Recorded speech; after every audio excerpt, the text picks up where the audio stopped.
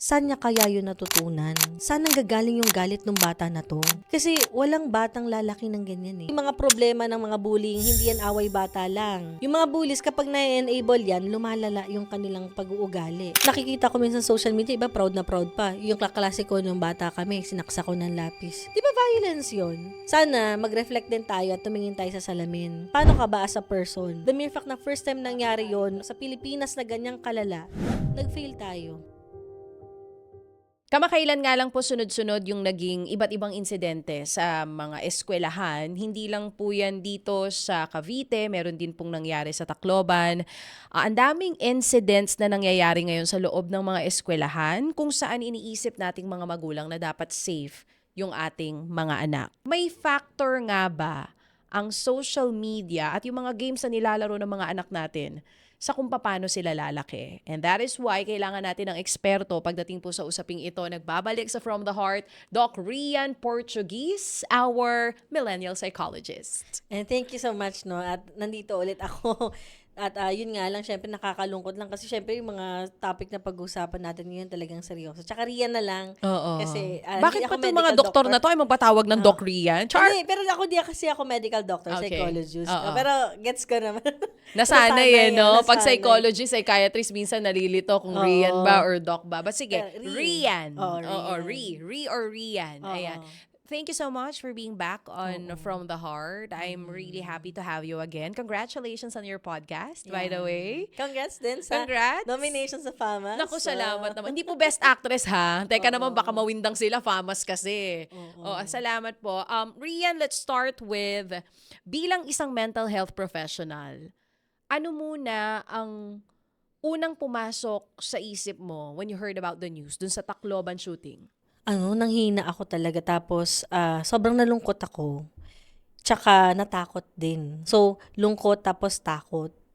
Kasi, meron akong pamangkin na na lumalaki eh.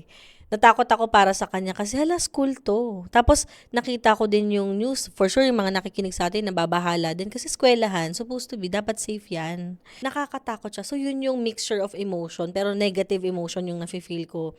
Tapos, tiningnan ko yung few videos. Nanghina ako doon. Tapos, hindi ko na chinek yung iba pa.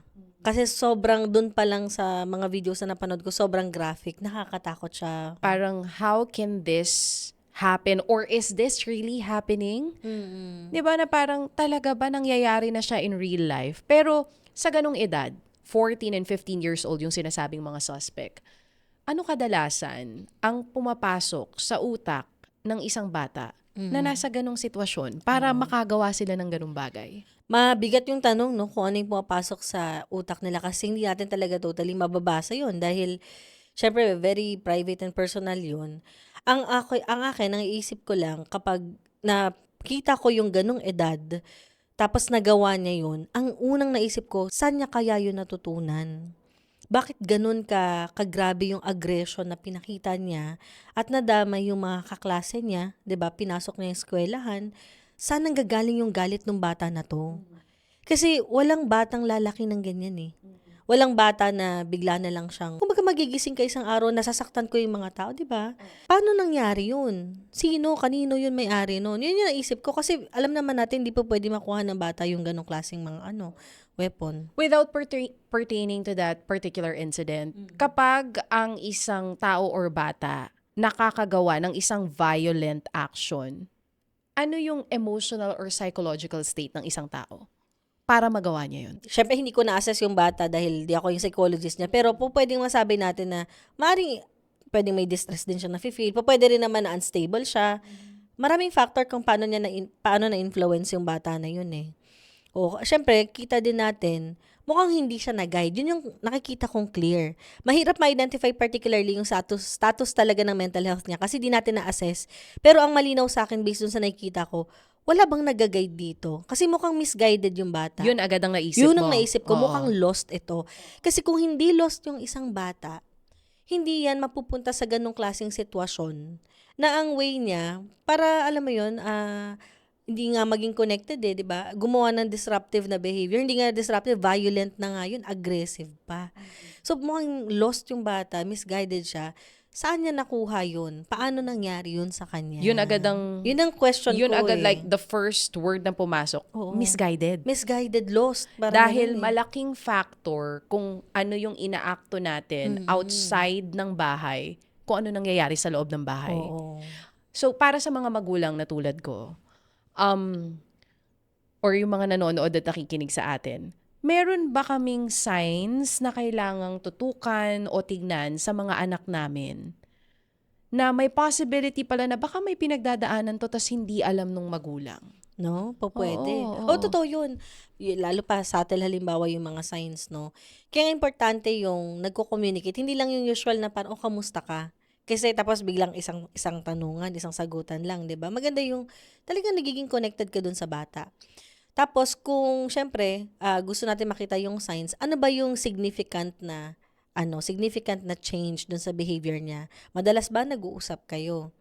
'Di ba? Madalas ba na nakikisalamuha siya sa'yo, sumasabay kumain, masayahin ba siya? Sa eskuwelahan ba kamusta grades niya? Kahit papaano ba naipapasa niya? Hindi man necessarily sobrang taas na grades pero naipapasa niya. Ano sabi ng teacher niya? Uma-attend ba kayo ng meeting? Kasi sa totoo lang, mahirap ma-identify ng parents kung may problema yung bata kung hindi rin siya present. 'Di ba? Importante din talaga maging present kahit papaano. Although alam ko naman busy ang mga parents na nagtatrabaho kasi kailangan talaga 'di ba? Pero yung may effort tayo kapag rest days, kinakausap, kinakamusta sila. Importante. Kapag bata pa lalo yan, dapat merong time na may playtime. Kasi kailangan hayaan silang maging bata, 'di ba? So yung mga signs na yon na significant change tulad ng na-mention ko, ma-observe nila yon na there's something wrong. Di na ba sila biglang kinausap? Dati-dati kinakausap. Tapos bigla kung kunwari pumapasok sa school, sabi ko kanina medyo napapasa. Ngayon parang nagsasakit-sakitan. Pwedeng ganun eh. Or parang ayaw. Iba sa yung significant change na sila yung makaka-identify na kakaiba itong kinikilos ng anak ko. Baka may tinatago. Kaya it's important that we are present, Oo. physically present kapag nandyan yung mga anak natin. Kahit Oo. gano'n we all know nakakapagod magtrabaho. Pero Totoo kaya yan. naman tayo nagpapagod ay para sa mga anak natin. So pag nasa bahay, dapat ang magulang, hindi lang basta, kamusta school? Hindi lang hanggang dun yung tanong. Pero paano namin masisiguro na nagsasabi ng totoo yung din. bata? Siyempre, dapat kilala mo din siya, di ba? Somehow, nakita mo din yung consistency ng actions niya. Kasi ma-observe mo naman sa bata usually kapag nagsisinungaling, di ba? Sa behavioral manifestations niya, makikita mo inconsistent din. Madali silang ma-identify kung nagtatago din at some point. Pero, para siyempre ma-make sure natin, maganda kinakausap din natin yung mga taong nakakasama niya. Halimbawa, yan, okay naman ako sa school. Pero nung kinausap mo yung teacher, sabi, ay, parang may mamaya pala pinapatawag ka, tinatago lang ng bata. Di mo din alam. So, kaya importante yung intentional din tayong nagre-reach out sa mga taong nakakasalamuhan niya, teacher or advisor, mga friends. Minsan nga kapag kunwari, nasa sa bahay, di ba, usap kayo, sino ba mga friends niya? Siyempre, gusto mong ma-identify ano yung mga pangalan ng kaibigan talaga nakakasama niya para ma-make sure mo din kung okay. Tapos maganda, ma-meet mo din in person kung papasok din sa eskwelahan yung bata, hinatid mo. Yung mga ganon. So, medyo kailangan din natin maging present doon sa mga simpleng bagay na yun. Kasi na-appreciate din nila yon kapag nagiging connected din tayo. Kumbaga, you can't just rely heavily or thoroughly dun sa isasagot ng bata sa'yo. Oo. You also have to make sure na pag kinausap mo yung anak mo, teka, totoo ba sinasabi? Tawagan ko yung teachers or tawagan ko yung friends. Especially, no, pagka nasa edad na ng adolescence. Oo. Medyo mahirap na din ma-identify yun kasi medyo napapansin natin nag-iiba na din yung level ng understanding nila, no? Nakakaunawa na sila tapos nag-e-explore na yan ng iba't iba pang bagay. Kaya ngayon yung importante, yung pinaka-critical years ng bata na no sa edad na mas bata pa bago mag-adolescent, dapat present tayo. Kasi yun yung time na kapag nandun na sila sa stage na yun, tapos hindi sila masyado naging nag-guide, 'di ba? At hindi sila ganoon ka-open, mamaya kung sino-sino yung kakausapin nila para maging connected. Pero kapag strong yung connection mo sa earlier stage, 'di ba? Open sila to talk about yung nafe-feel nila sa school. Nasasabi nila kung napapagod sila, nasasabi nila kapag yung mga simpleng bagay. 'Di ba? Kung kaya minsan kapag yung bata halimbawa nagkukuwento sa na may umaaway sa kanya o feeling mo na hurt or hindi man siya nag-open up na napapansin mo, maganda kinakausap mo na din. Maganda sinasabi natin na away bata lang yan, 'di ba? Dapat hindi natin ginaganon eh. Kasi minsan yung parang away bata na yon, di natin alam, nabubuli na pala or pinakamahirap, malay natin bully pala yung bata. Di natin sure. Pero minsan Yun nga eh, malalaman mo lang kapag kinausap mo at tiningnan mo kung sino yung mga nakakasalamuha niya. Ngayon, you're talking about the role ng parents, ng pamilya sa paglaki ng maayos ng bata. Saan papasok dyan yung role ng school and yung role din mismo ng mga, I mean like people in authority dahil sa nangyayari ngayon, paano ba yun dito sa pag-manage ng, wag naman na sana maulit yung ganitong klase ng Oo. scenario? Well, I think systemic kasi yung problem kapag nagkakaroon ng problema kapag kunwari yung violence nakapasok na sa loob ng eskwelahan, systemic siya. Ibig sabihin, pwedeng may kailangan tayo i-workout dun sa mga sistema na nakapalibot dun sa kabataan at sa eskwelahan halimbawa. Kasi halimbawa, sabihin natin na saan papasok yung mga teacher, lagi naman may classroom management eh. Ang naisip ko nga kagad eh, kung public school yon, 'di ba? Parang mahirap din para sa teachers na ma-identify kagad yung red flags or yung warning signs na may problema yung mga bata. Kung yung teacher halimbawa nasa public school, ang dami niyang hinahandle na section. O, try to imagine, 'di ba? Di mo makikita yung bawat estudyante. Di mo mababantayan. Oo, O, kasi ang ratio nga natin ngayon sa public school ay one teacher is to sometimes 40 to 50 students. 'di ba? Ang dami, minsan pa nga nagsi-60, 70, depende sa eskwelahan. So, yung teacher na ang dami-daming workload, tapos ang dami-daming sections na hinahandle, para ang hirap sa kanya na ma-identify kagad yung warning signs. Yun nga lang, syempre, kung may magsusumbong ng mga bata, pwede matulungan pa siya, 'di ba? Para at least na-identify mo yun kagad. Pero kung ganun kadami yung pinapa-handle sa kanyang estudyante, plus may mga designations pa yan kung minsan, 'di ba parang doon natin makikita yung quality ng kung paano nila na aano din yung mga bata. Parang sinet sila ng isang sistema para mag-fail na makita yung mga problema ng bata. Kaya minsan ang hirap sabihin din na, kasalanan ng mga teacher kasi din nila nakikita yun. Kasi yung question ay, bakit binibigyan ba natin sila ng sapat na sahod? Binabawasan ba sila ng workload? Ito pa, dahil ang mga issues na nangyari sa eskwelahan ng mga bullying, yung mga ganyang violence, di ba? Trabaho yan hindi lang din ng teacher, kundi ng guidance counselors talaga. Kailan lang naman yung basic education, pero na-implement na ba talaga siya, di ba? Hindi pa. Kulang na kulang ng mga registered guidance counselors. Pag sabi natin registered guidance counselors, mga rehistrado talaga to at gumagawa sila ng programa para maiwasan yung bullying sa eskwelahan. Tapos, na-identify kagad early on kung may problema yung bata, ma-address yung mental health concern. Tapos yung mismo mga RGCs na to, magre-refer sa psychologist kapag kailangan ng help, psychiatrist, etc. Yung sistema ng mental health ng bata, na-address natin. Pero dahil wala, actually, maraming school nga daw nakita ko sa page, nagsasabi sila, wala daw silang RGC talaga. May iba naman, teacher yung dinesignate na guidance advocate. O kaya may iba naman, di talaga RGC, pero may lisensya related sa mental health. Pero di ba kulang pa din versus dun sa number ng mga estudyante. So, yung pag-focus dun sa mental health ng bata, mahalaga din siya. Tapos kaya sasabihin nila, hindi mamahalaga yung mental health eh, kasi ano-ano lang yan. Pero yun, issue ng mental health yun eh, kung bakit umabot sa ganung punto eh, yung aggression. 'Di ba? So, teacher, RGCs, tapos ano man ginagawa doon talaga sa eskwelahan, yung institution mismo, yung mga policy doon, yung mga programa, at saka Department of Education, 'di ba? Paano ba nila nasusuportahan nila yung mga pangangailangan ng mga teachers, yung mga RGCs na na-mention natin, mga trabaho para doon. Kasi hindi natin napaprioritize yung healthcare. Part kasi ng healthcare din yan eh. Oo. 'Di ba? And even yung ating mga teachers, may sariling mental health problems na pinagdadaanan. Oo. 'Di ba? Hindi lang yung mga bata actually. Kaya it's nice that you brought that up. Kasi aminado naman actually ang Department of Education na bukod sa kulang sila sa teachers, kulang din talaga ng mga counselors sa mga eskwelahan natin ngayon. Yung iba siguro na nanonood or nakikinig sa atin, pwedeng ang sabihin nila, dati naman na, may pagkukulang na sa mga eskwelahan. Pero, Rian, bakit ngayon lang nangyayari yan? Pwedeng ganyan yun nasa utak nila. Oo. Baka epekto yan ng social media.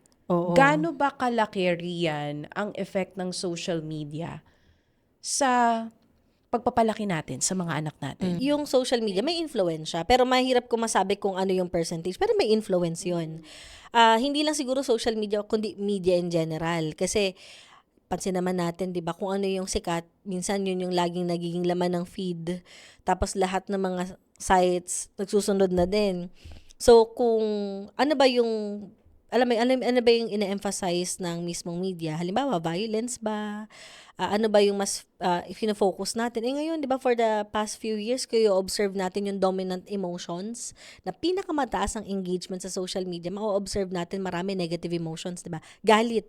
Kaya nga kailan lang nauso rage bait eh. Pero even before pa naging term yung rage bait, dati pa kung titingnan mo, marami ng mga ako na-observe ko sa analytics ko yun noon pa man. Parang ang bilis dumami ng engagement kapag galit o kaya something na may issue, buhay na madrama, 'di ba?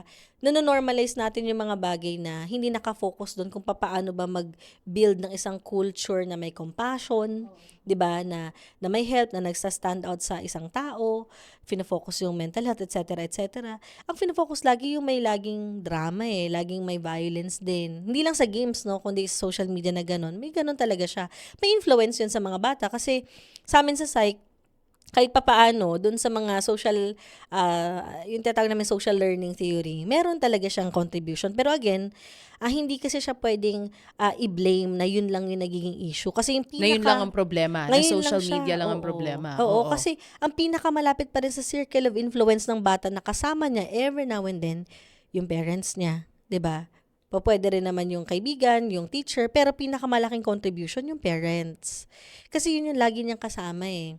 At siya yung nagpapalaki doon sa bata. Kaya mahirap na i-blame natin kagad yung teacher, yung maraming tao, 'di ba? Kasi meron tayong ano eh, ayaw man natin harapin. Feeling ko lang sa mga nakikinig sa atin na parents, ang hirap harapin na meron tayong malaking ambag sa buhay ng magiging bata, Sa ng anak, paglaki sa paglaki niya. ng mga bata. Oo. Oo. Madali i-blame yung social media. Example, like ko napapansin na, kaka-social media ng mga bata kaya sila nagkakaganyan. Yung question ko bilang psychologist, ano ba yung nagdadala dun sa mga bata kung bakit sila Nagso-social media? Bakit laging sa virtual space yung mas pinipili nila na may mga fantasy, may violence, ganyan? Ayaw nila yung reality na meron sila. Oo. Ang napansin ko doon, yung connection. Kapag kulang yung connection sa bahay, maghahanap sila ng pinakamalapit na magbabawas ng lungkot at ng distress nila. Social media yon. Yun yung pinakamabilis hugutin eh. 'Di ba? Pero nung panahon natin, hindi masyado kasi sa atin, wala tayong masyadong cellphone. Gagawin natin, lalabas tayo, tumbang preso. Yung mga lagi tayong maglalaro kasi yun yung available sa atin. Pero ngayon kasi, physical activities. ngayon ang available, cellphone pinakamadali eh. Tsaka hindi naman masyado na ngayon malaro yung mga bata sa labas kasi may mga screen na sila. So, yung pa, hindi pa na-regulate yung paggamit. Bakit din? Na ibibigay natin na mas maagang edad yung mismong mga gadgets na dapat sana mas binabalanse natin ng tulad ng mga physical activities ng mga bata para mas healthy.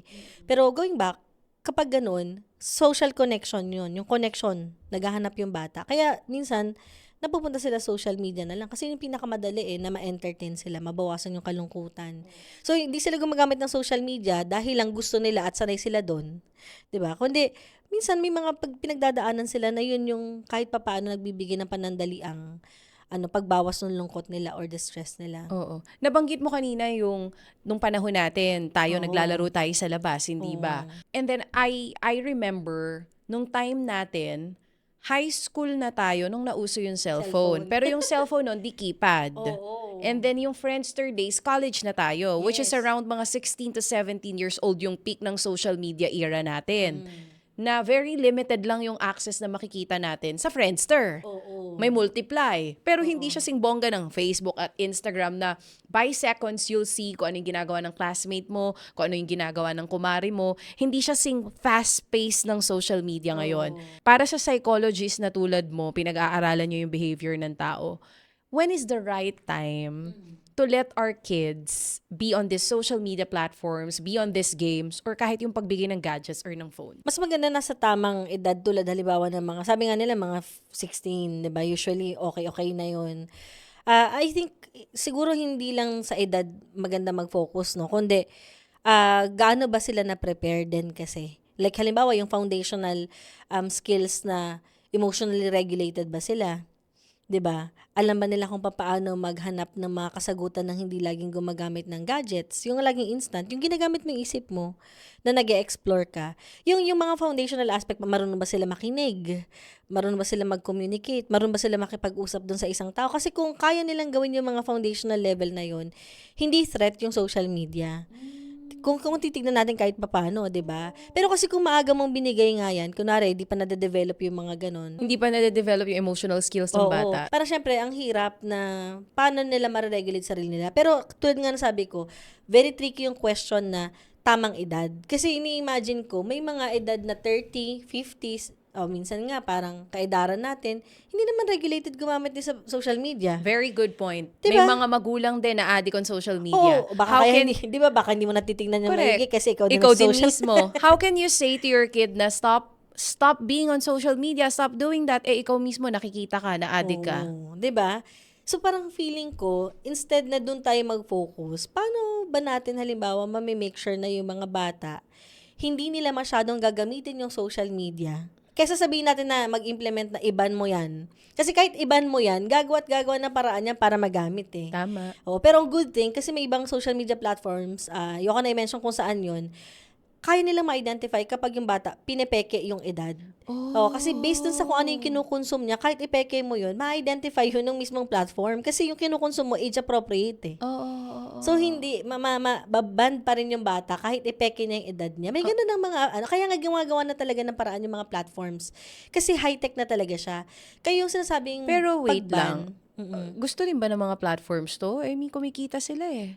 Yun din, no? Di Pero ba? kasi marami pa rin yung gumagamit talaga ng SOCMED kahit hindi naman mga bata talaga eh, 'di ba? So, kailangan din talaga i-regulate kasi may mga ethics din tayo sa pagpapalakad ng mga ganyan. So, meron kasi may mga safety measures sila eh.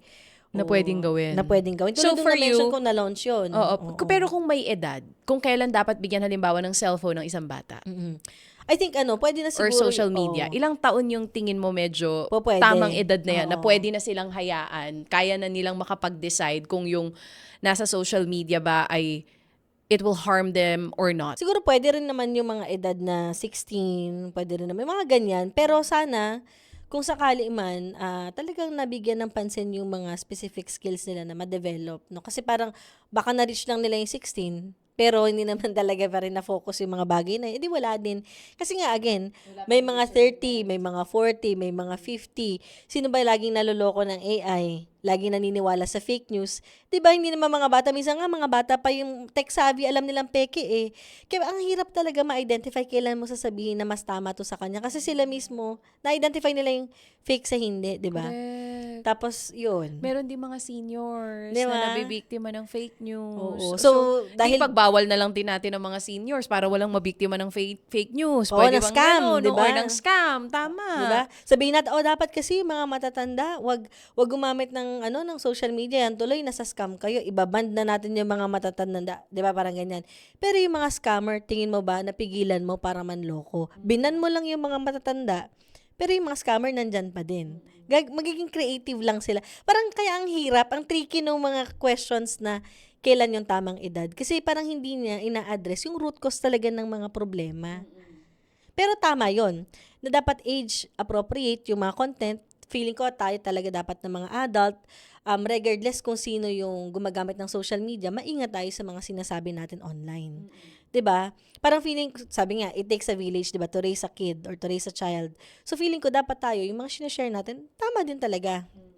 Hindi, 'di ba? Kasi dapat i-watch out natin, feeling natin, meron diyan nakakapanood pa rin, nakakita pa din, 'di ba? Sa totoo lang, ang hirap maging magulang ngayon in this digital age. Feeling ko din. Paano ba natin malalaman na yung mga counselors that we have sa schools ng mga anak natin are really, equipped? Pag RGCs na yan, kasi ang registered guidance counselor, bago yan makakuha ng lisensya, kailangan na ipasa niya yun.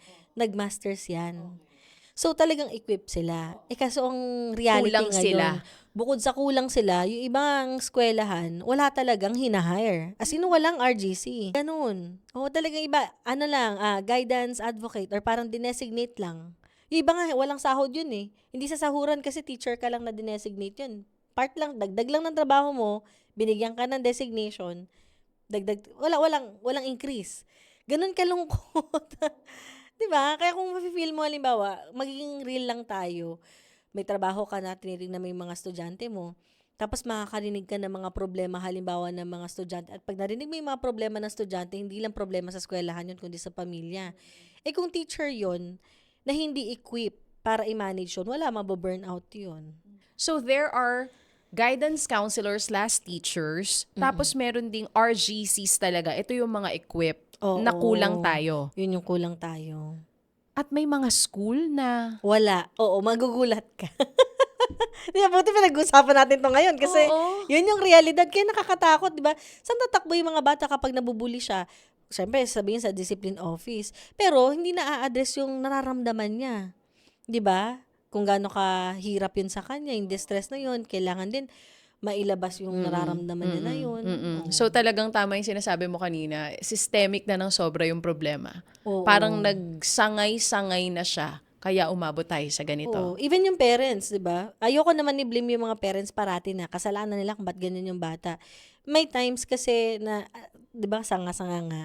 So, ibig sabihin yung mga parents din, mahirap silang sisihin din kasi syempre may mga issues din silang dinadala. Kaya nga kung maayos talaga yung mga nai-implement na part ng batas sa mental health, even yung parents, pwede silang masuportahan eh.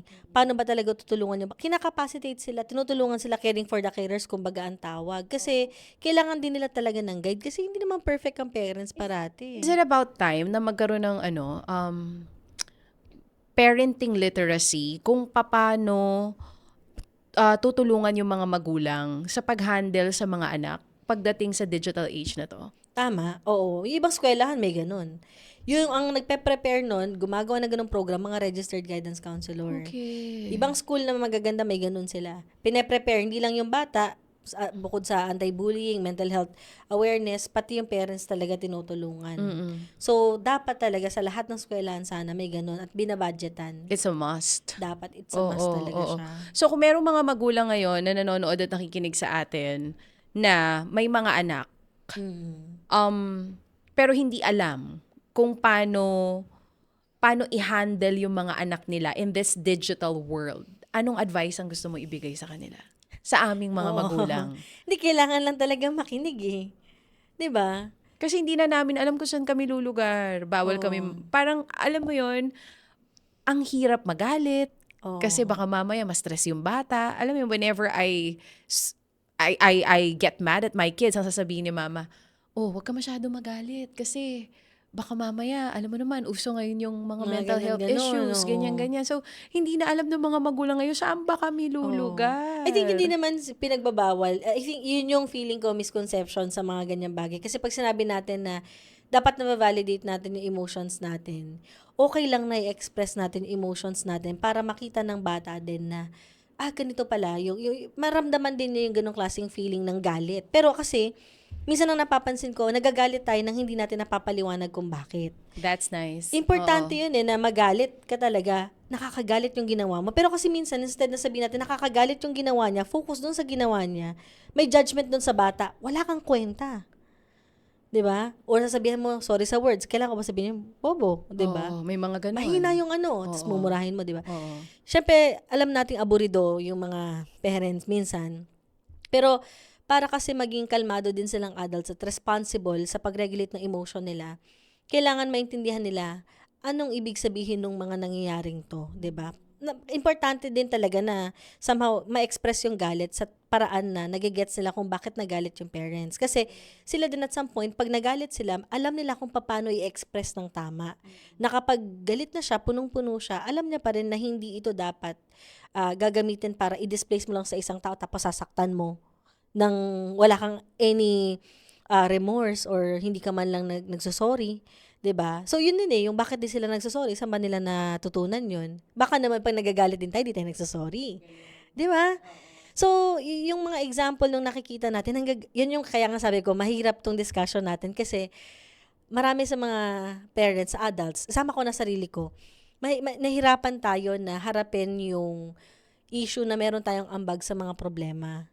Nahirapan tayong tingnan yung salamin na part tayo nitong issue na to. 'Di ba? Dahil nga systemic yung problema, may problema sa school, may problema sa gobyerno, kaya lahat to nangyari. Kung kayang sa bahay pa lang, na-address na natin para hindi maging malalayang sitwasyon paglabas ng mga bata sa bahay natin. That's why we're doing this and we're having this conversation. Oo. And ang ganda nung sinabi mo kanina na minsan iniisip ng mga magulang, "Uy, baka bawal na ba kami magalit ngayon? Kasi baka ma-mental health issue agad yung mga anak namin." No. Hindi. Okay lang as long as ma-explain mo sa bata that moment na nagalit ka kung bakit ka nga ba nagalit. Galit, oo. Oo. Tsaka ito gusto ko lang i-emphasize since pinag-uusapan na natin yung emotions. There's no such thing as bad emotions. Ibig sabihin, valid ang nararamdaman mong galit.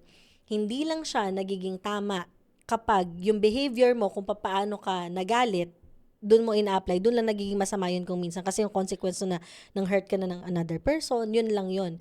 Pero yung emotion mo na nagalit ka, hindi yun masama eh. Hindi Kailangan masamang lang, magalit. alam mo kung saan siya nanggagaling. So Oo. ngayon, hindi namin sinasabi ng mga mental health professional na mag-gentle parenting eh. Ibig Oo, sabihin yun nga eh. binibigay. I Hindi mean, naman like, what's ganun the ibig kind of sabihin nun eh. parenting ba? Oo, Yung dragona ka or gentle ka? Sa gitna ka lang? Saan ba Oo. kami riyan? Feeling ko yun yung point ng na nami-misperceive nila or nami-misinterpret nila yung term na mga gentle parenting. Hindi ibig sabihin ganun na gentle parenting ay ibe-baby mo lang siya at hindi ka na pwedeng magalit. Hindi, pwede kang magalit. Yun eh. Pwede mong explain yun sa kanya. So going back, kapag ganyan, yung mga batang napapansin ko nagkakaroon ng issues when it comes to yung pag-manage ng anger, yung bigla na lang naiinis, Nag-i-implode. nag-i-implode, no? Kaya nag-explode din sa Oh, galit, explode. tapos ano sila dun sa ibang bata. Kapag wala silang safe space na ma-express din yung nafe-feel nila. So, kailangan sa bahay may safe space. Ibig sabihin, kung ikaw, kaya mong magalit sa kanya at sabihin kung ba't ka nagagalit doon without saying yung mga curses or ginajudge mo siya as a person, di ba? Sabihin mo sa kanya kung ba't ka nagagalit at bakit hindi okay yung ginawa niya. Yung ganon. So, importante na-explain mo yun sa kanya. Next time, pag nagagalit din siya, o kaya pag na-feel niya na hindi okay, di ba, i-call out ka din niya. And kapag kinall out ka niya, at some point, nakita niya yung inconsistencies mo, mag-sorry ka. Ay, sorry na, di ko napansin. Di ba, yung mga ganon.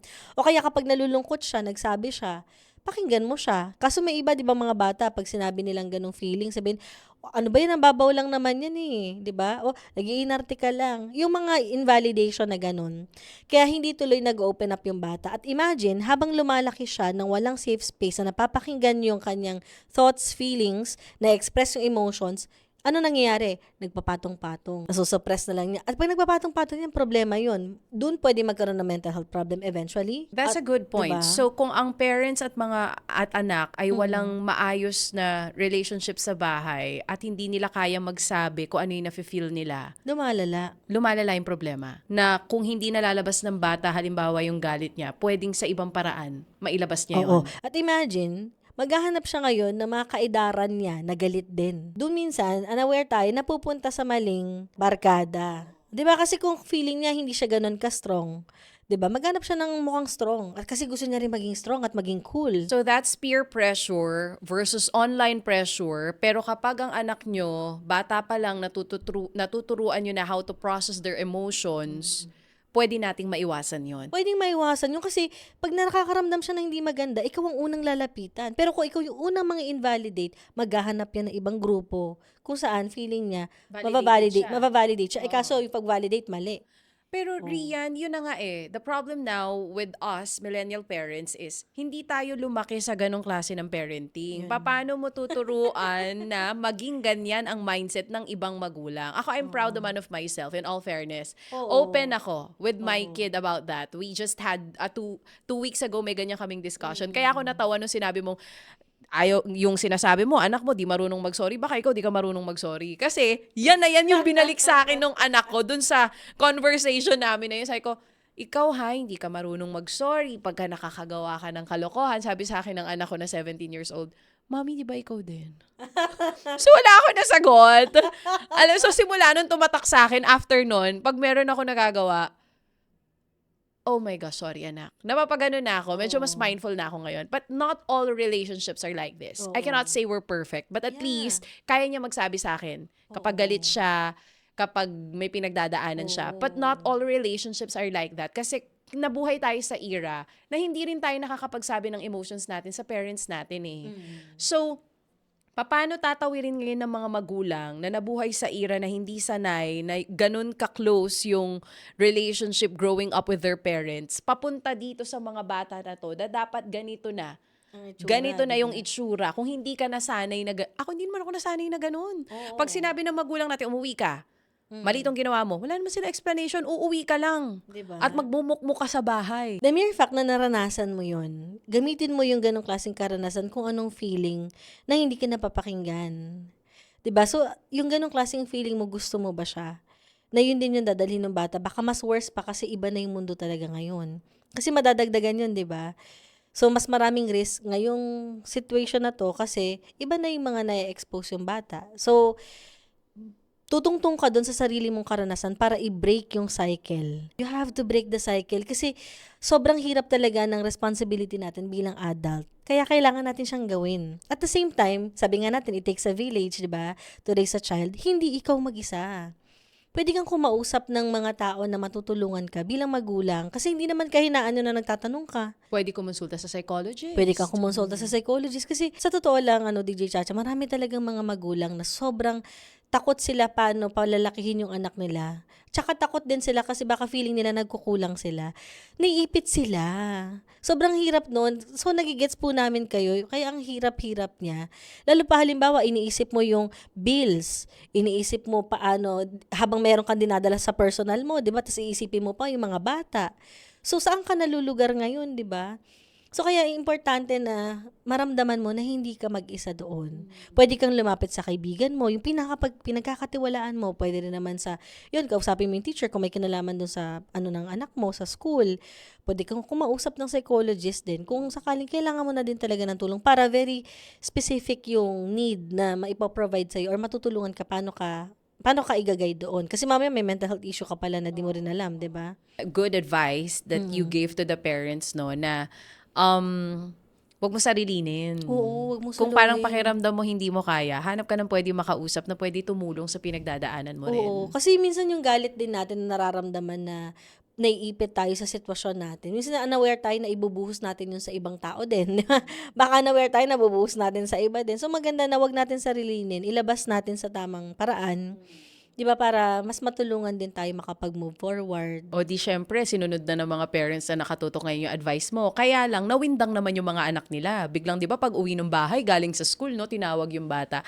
Halika dito, anak, mag-sit down, talk tayo. Hindi naman sanay yung ibang mga bata na gano'n ang atake. Anong meron? Yan, ganyan. Anong meron? Sa amin kasi sanay kami minsan na parang Oo. during dinner, ano nangyari? O tapos yung ganitong classmate mo, ano daw? I mean, like, we really talk about yung mga malalalim na Diba? pangyayari sa school or sa kung ano ba sa buhay ng anak ko. Pero kung hindi sila sanay na gano'n ang conversation sa bahay, yung bang tipong umuwi ka, "Hi man, dito na ako. Eh, busy yung nanay mo, nagluluto. Oh, nandiyan ka na pala. Sige, kumain ka na dyan." Madalas ganun eh. Anong Sige, kumain ka na nangyari? dyan. Oo. Eh, nakapanood sa atin. Ginawa yung approach. Oo. Nakalika dito, mag heart to heart talk. Ganun ba dapat agad? Kung ano yun. Ngayon, pagkapanood ko kay Rian, kakausapin ko na yung anak ko kasi kinakabahan ako. Baka ganun yung mangyari. Baka ganun gawin agad. Paano ang right approach? Na dahan-dahan lang na hindi naman mabigla yung mga bata na, "Huy, sinasaniban ba yung nanay o tatay ko?" Oo, huwag ka muna mawawala kasi baka mawawala ka na. Minsan kasi pag bumabait di Diba? ba? Na parang yung dragona niyang nanay biglang naging sobrang malumanay na, Oo. "Anak, halika, maupo ka, mag-usap tayo." What's the right approach? Yung ano lang naman natin dyan, maging totoo ka lang naman sa nararamdaman mo. Ang hirap din ng term na paano maging totoo sa nararamdaman mo. Hindi ka ganong type of person. Hindi ka sanay Oo, eh. pero napanood mo to, halimbawa. Oo, O pwede mo napanood. sabihin Pero na, gusto ko ganyan ang relationship namin para Oo. di na umabot sa punto na hahanap pa siya. oo. Na at doon niya i-release yung galit Oo, niya. pwede ka Oo. maging straightforward dun sa anak mo. Nagluluto ka na, naghahanda ka. Anong meron mo, may okasyon ba? Wala naman na kasi, pwede mong maging honest ka. Alam kong hindi ako ganito sa'yo, di ba? Gosh, that's a hard Diba? conversation. Hard At mahirap conversation yun siya. para sa isang magulang, Oo, ha? pero again, it's something na natututunan. Yeah. Kaya nga, At kailangan. at kailangan, natututunan, natitrain, hindi ka sanay. Ako nga, introvert ako, natuto akong magdadaldal lang eh. Kasi kailangan sa trabaho, di ba? Pinili ko, weird, introvert, ayaw sa tao masyado. Pinag-aralan tao.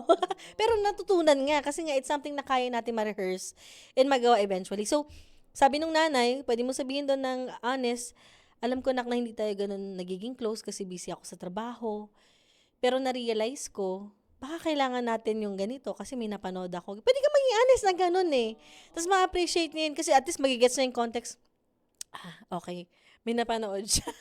'Di ba? At least hindi mo Na hindi siya magtataka na sinasaniban ng aparisyon yung nanay 'di niya, ba? Puwedeng oo. directly gano'n mo lang, may napanood kasi ako gano'n, eh. Oo. Puwede bang Oo. ang approach kung nahihiya yung ibang parents is via text Oo, or puwede message? Puwede rin. rin Puwede rin yun? chat. "Nanak, may napanood akong Oo. ganito." Puwede ba yun? May sinasabihan ako na gano'n, ina-advise'an ko. Kung hindi ka sanay na, i-communicate mo orally yung mga gusto mong sabihin, isulat mo muna nga ang sabi ko pa nga, isulat sa papel, eh, kasi mas dun maganda.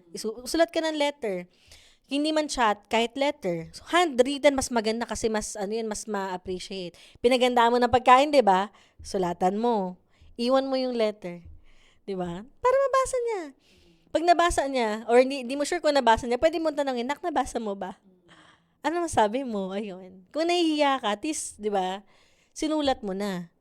Ano masasabi mo? Tapos yun. Are there times, Rian, na kahit gaano ka-supportive, kaganda yung environment ng family na pinanggalingan, hindi pa rin nagiging maganda yung outcome sa bata? May mga situation kasi na parang, ito ang hirap kasi dahil may mga, sa perception ng isang tao, syempre sabihin niya okay siya. Nagigets mo? Yung point na, binibigay ko naman kasi lahat ng pangangailangan niya, eh. Yun yung akala mo? Oo, yun, 'di ba? Oo. Na hindi ko naman sure kung ba't nagkaganyan yan kasi binibigay ko naman ang gusto niya. Gusto niya ba talaga yun or gusto natin? Kasi example, pinag-aaral ko naman yan, eh. Binibigay ko lahat ng gusto niya. Yung course ba na kinuha niya, gusto ba talaga niya o ikaw yung may gusto nun? Example lang yun. Kasi minsan yung inisip natin, magkaiba kasi yung nagbibigay tayo ng suporta at talagang truly sinusuportahan natin siya dun sa gusto niya kasi dun siya magaling. Pero minsan tayo, alam ko naman natatakot lang naman yung parents kaya nagsasuggest sila, 'di ba? Dahil yun yung nakikita na successful sa iba.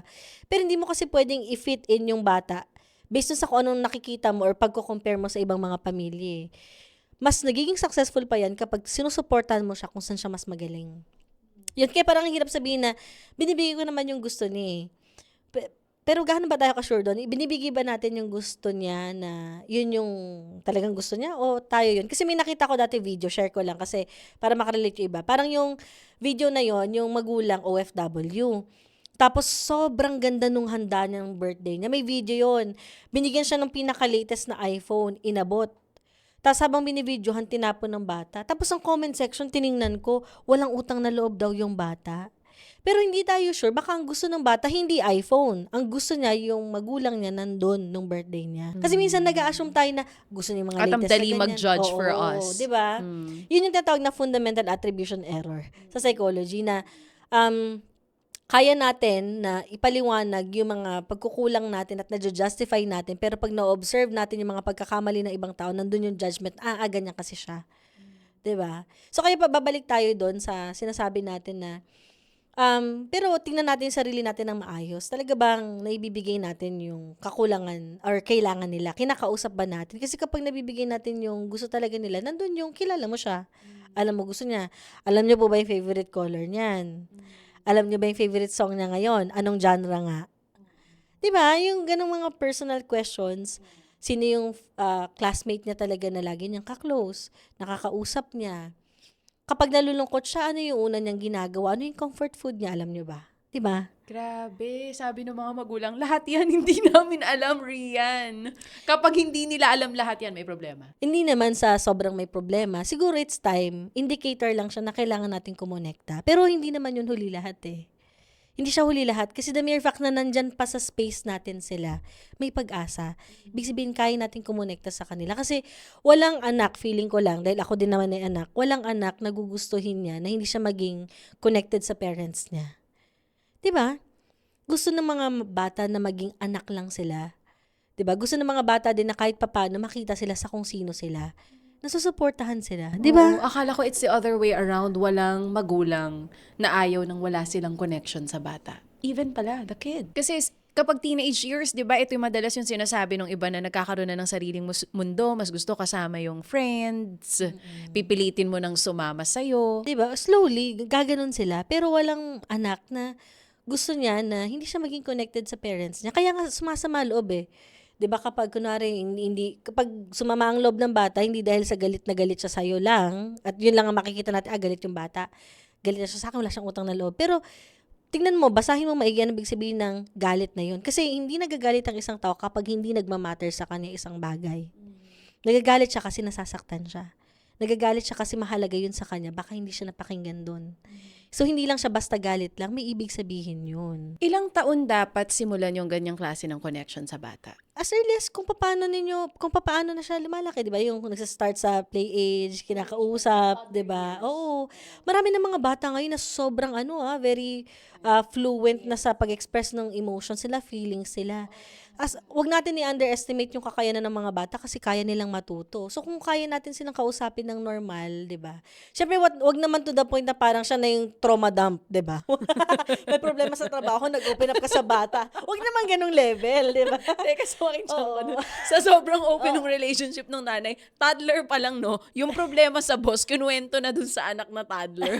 Baka hindi niya pa maintindihan yun, di ba? So, o kaya naman baka mahirapan yung bata. I mean, Yeah. okay at some point, pero wag parati kasi nag-create kayo naman. I get where you're coming from eh. Iba-iba yung approach sa iba-ibang edad Oo. ng mga anak natin. Pag Oo. toddler ang mga yan, halimbawa, pwede na natin silang turuan to process their emotion. Kung nagalit ka na hindi niya nilinis yung mga laruan niya, Oo. hindi nga dapat galit lang. We always have to explain ba tayo umabot Dun sa sa- sigaw oo. or sa galit na yon. Oo. Laging dapat may explanation kahit pa hindi tayo nabuhay sa ganong era. Oo. But will that be parang magiging kasiguraduhan na kapag ganon yung relationship na meron ka with your kid or with your children, hindi na sila mapapariwara o mapupunta sa maling landas. Ang nakikita lang natin dyan, kasi mahirap yung cause and effect, di ba? Parang cause and effect yun, di ba?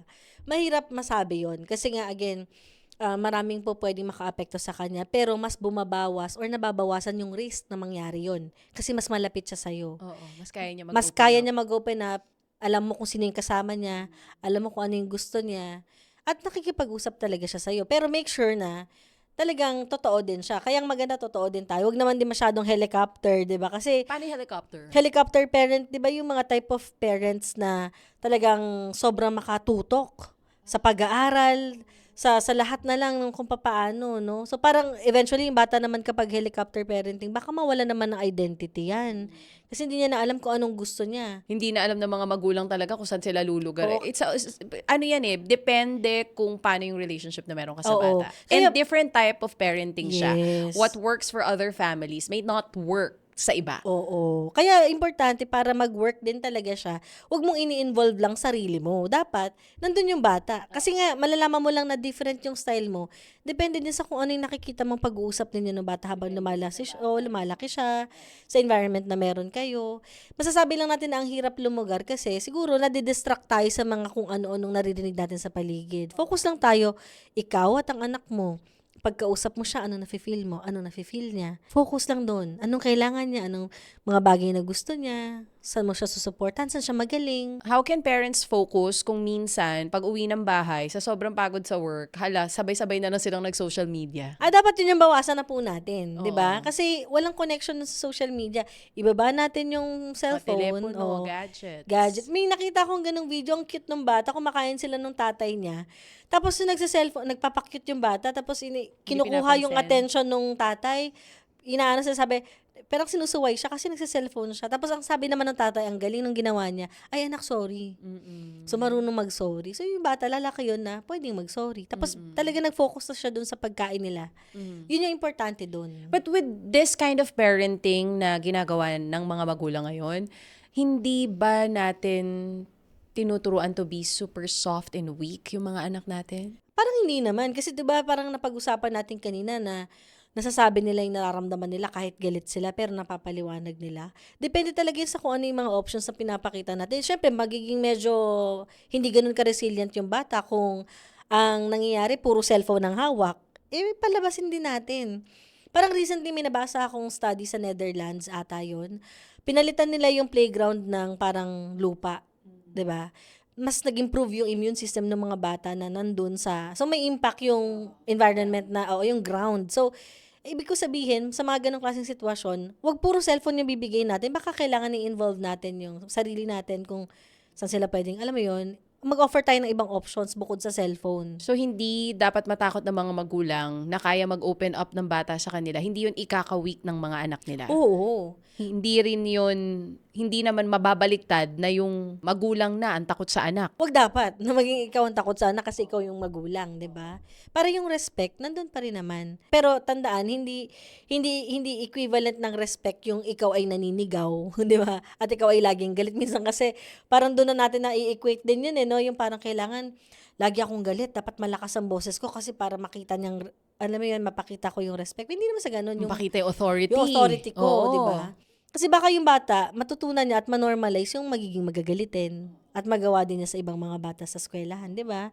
So, importante na, yun nga, binabalanse natin tulad nung na-mention natin. So, what's your comment dun sa kung paano yung bata outside of house is a reflection kung paano siya?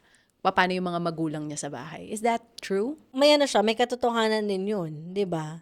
Kasi yung bata ay kasama niya, yung parents niya most of the time. At kung saan din siya syempre na-expose. Sama mo na yung social media tulad ng sabi natin. Ano din syempre meron doon sa eskwelahan. Pwede rin naman yun. Environment as a talaga, whole siya. as a whole Hindi lang talaga yung kung siya. ano yun nasa loob ng Oo. bahay. Pero mas malaki yung ambag ng parents. Mas malaki yung ambag ng Oo, bahay. kasi siya yung kasama, 'di ba? Kasi siya yung laging kasama eh. Oo. Let's talk about this kasi marami nagtatanong ngayon kung dapat ba pag-usapan na yung pagbaba ng age of criminal liability.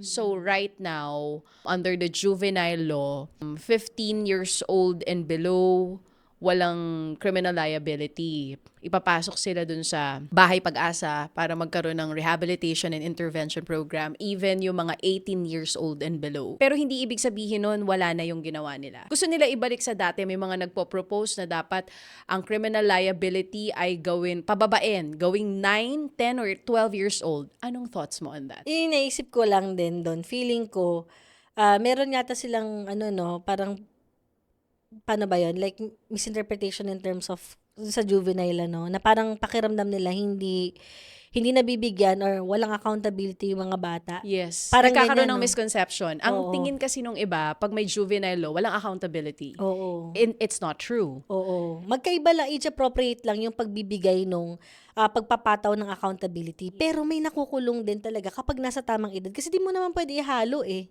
Pwede ba kagad yun maihalo? Di ba iba? Tsaka at the same time, may nabasa nga ako na comment section. Sabi niya, sa comment section, sabi niya, dapat daw tag doon, ibaba daw talaga. Kasi sabi niya, pag binaba daw sa edad na 12 years old, maaalerto daw yung mga parents para mas alagaan daw yung mga bata at maging maingat daw. Ganun yung logic niya.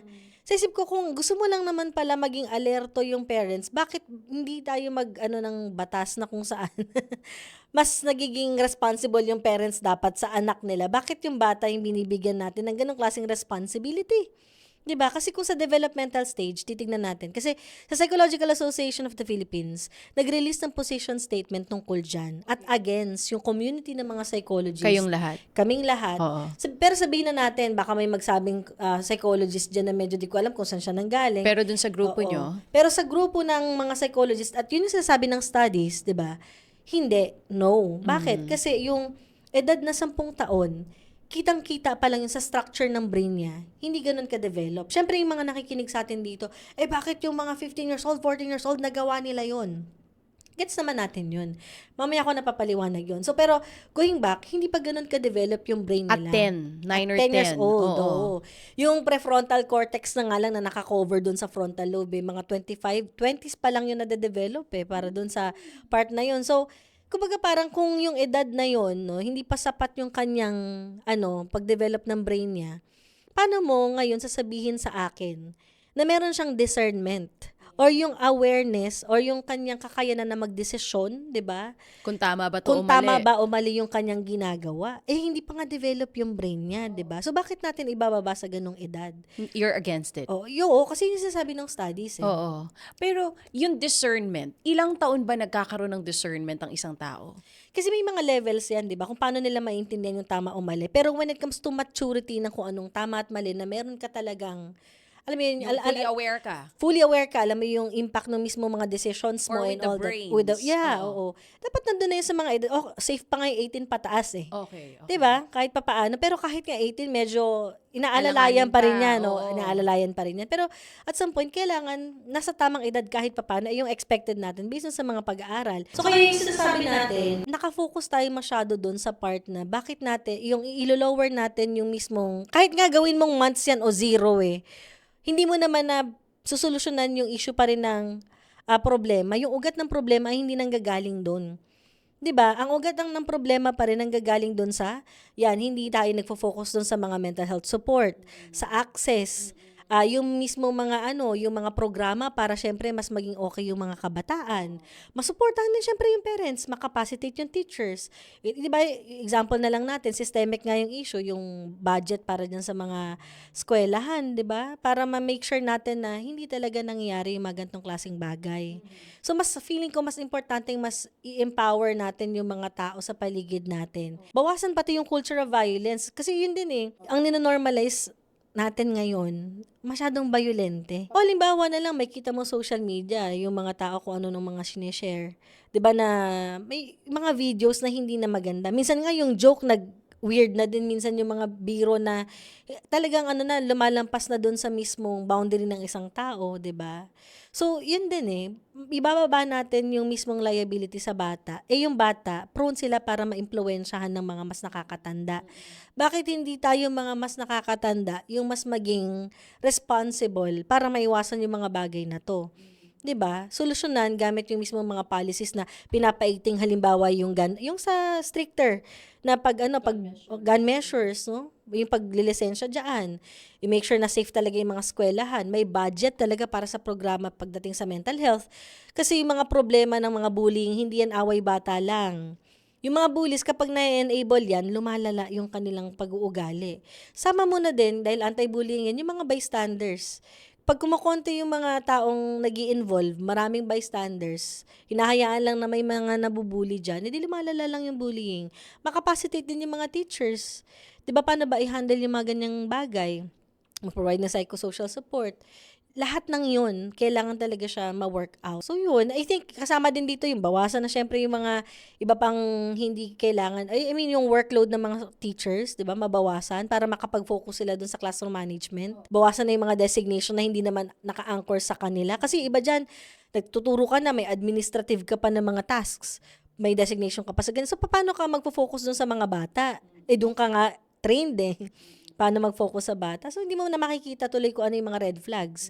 Ganun din, mag-hire tayo ng mga mental health professionals na nandun sa eskwelahan para ma-make sure natin na safe sila, mentally safe yung mga bata at alam mo yun, malinaw sa kanila kung ano yung gagawin nila, guided sila. Para hindi na masundan pa yung mga ganitong klase ng eksena. oo. So, dapat ay holistic yung approach. Yes, Start oo. from inside the house, from the community, hanggang sa school, hanggang sa national government. Yes. Merong gawin. Gusto ko lang idagdag, kung nandito tayo sa point na inaano natin yung mga bata, no?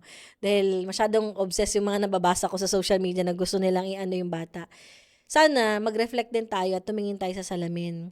Kasi nagtataka talaga ako dun sa mga tao na gusto nilang ibaba yung edad at bigyan Criminal ng liability. criminal liability. Pero sila mismo, paano ka ba as a person? Mamaya, isa ka sa nag-enable kung bakit nangyayari yung ganyang klase mga bagay. Kasi example na nakita ko nung nakaraan, yung sa juvenile ano ba yung sa yung sa juvenile delinquency, 'di ba, na issue tungkol doon.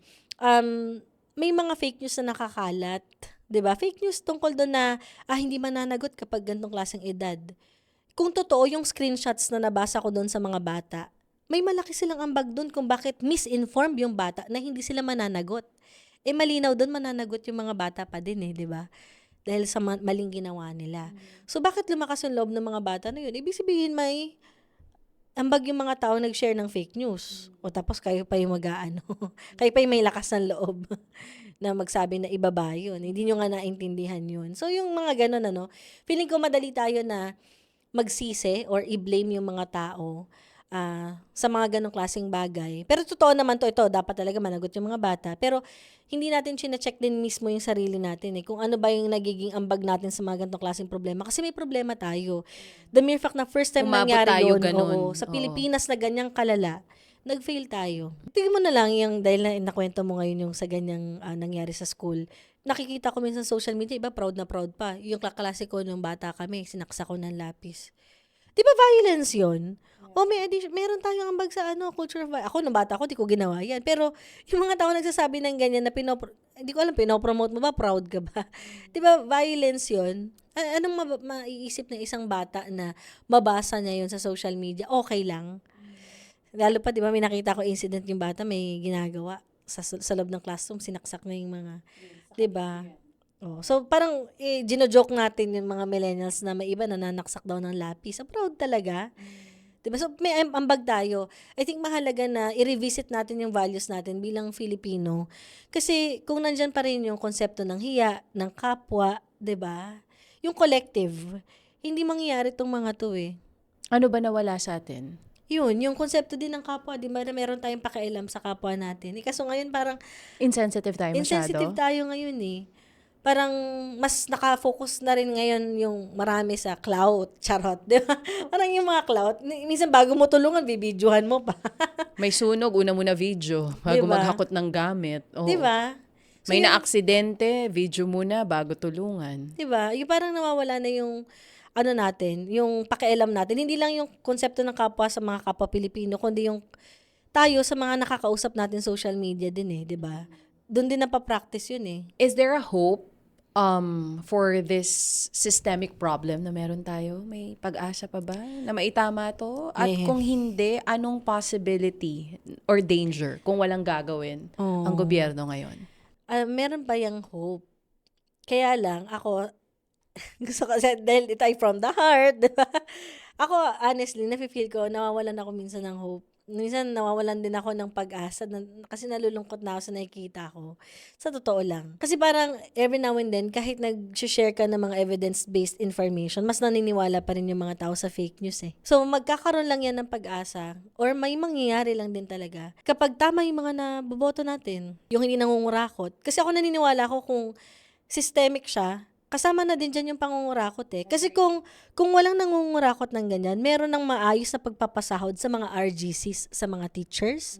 May access sa healthcare. Kaso kahit sa healthcare kami mga mental professional, nagbibigay pa kami ng free slots para lang maka-afford sa ibang mga tao. 'Di ba? So kung bakit mahal yung mismong healthcare access kasi hindi naman to nasa-subsidize din 'di ba? So, kumbaga, lahat ito nanggagaling doon sa mga bulok na nalulok-lok, 'di ba? Bulok na sistema. So, kung wala talagang mga nangungurakot, ang dami sanang natulungan, ang daming buhay na na-save. Baka nga may na-save tayong mga namatay, 'di ba? Sakali kung walang nangurakot, baka yung mga nawawala na yun, baka ang dami na nilang naiambag din. Pero hindi. So, importante bumuboto din tayo ng tama para ma-address din yung mga gantong kasama na yon, pero hindi lang doon nagtatapos tulad nga ng sabi natin. Baka dapat simulan nila sa kung iniiwan tayo ng mga psychologists or counselors dito sa Pilipinas, bigyan ng maayos na pasweldo. Tama. No? Teachers, counselors, and psychologists natin dito na mag-a-assess sa mga bata na may problema. Sama na natin yung lahat sana ng mga profesyon kasi lahat na magagaling iniiwan na tuloy tayo, 'di ba? Sana hindi umabot sa point na ganun. Merong isang incident sa isang school na nangyari kahapon lang. Kasi as we're recording this, today is June 24. And meron ulit saksakan na nangyari sa isang probinsya na parang nagkaroon ng alitan itong dalawang estudyante, 17 years old naman sila pareho. Tapos nagsumbong yung bata dun sa teacher. Sinabi ng teacher, wag kang lumabas. Paglabas, saka sinaksak. Okay naman ngayon, nagpapagaling yata. Pero I mean like, umabot na rin sa ganong point, hindi ba? For the teachers naman watching us, kapag may mga sumbong na ganon, ang mga students, paano nila i-treat yon and ano dapat yung maging action ng mga teachers natin? Kung may ganun, seryosohin nila. 'Di ba? Wag na sabi, ano lang naman 'yan. Away bata lang or sila-sila lang 'yan. Kaya nga importante hindi tayo nang invalidate din at pinapakinggan kagad natin. Oo. So, ilapit kaagad natin sa discipline office, may mga discipline office din naman yan. No, kaya naman, ilapit din natin sa mga RGCs or kung meron kay RGCs dyan para nasusolusyonan. Pero kung isipin mo, meron palang bago ulit, ang sakit sa ulo kasi parang umaabot sa point yung mga bata, nagsasaksakan kaysa mag-usap.